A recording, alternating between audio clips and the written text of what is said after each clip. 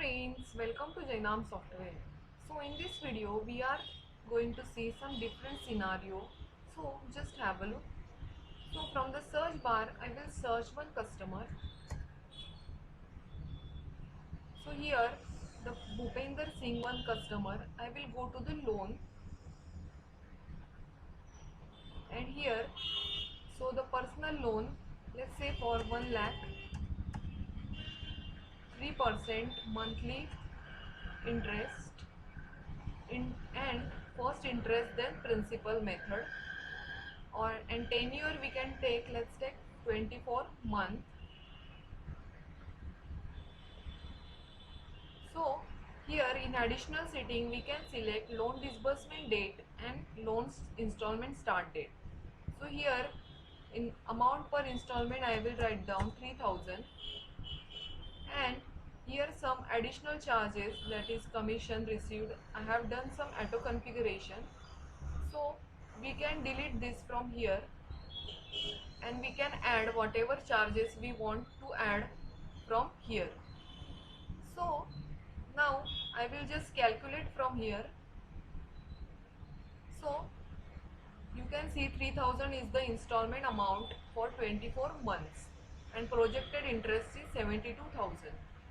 So I will just save this loan. So loan number 10 we have saved successfully. Now go to the search bar, write 10 and search. So here you can see this loan number 10 is created, and if you see here 3000 is the installment amount. So if you go down and check the installment tracker, you can see that every installment is 3000, that is the interest part only, and at the end you will get the principal amount if customer wants to pay. Then for example here 3000, we can receive this 3000. You can select the date and just receive from here. So I will just receive from here 3000, and if I go and check the installment tracker, you can see here 3000 is the received successfully on 29th October. So after that I can receive the another amount also. For example, let's say in the next month 29th October, just receive this 3000. So just go down and check.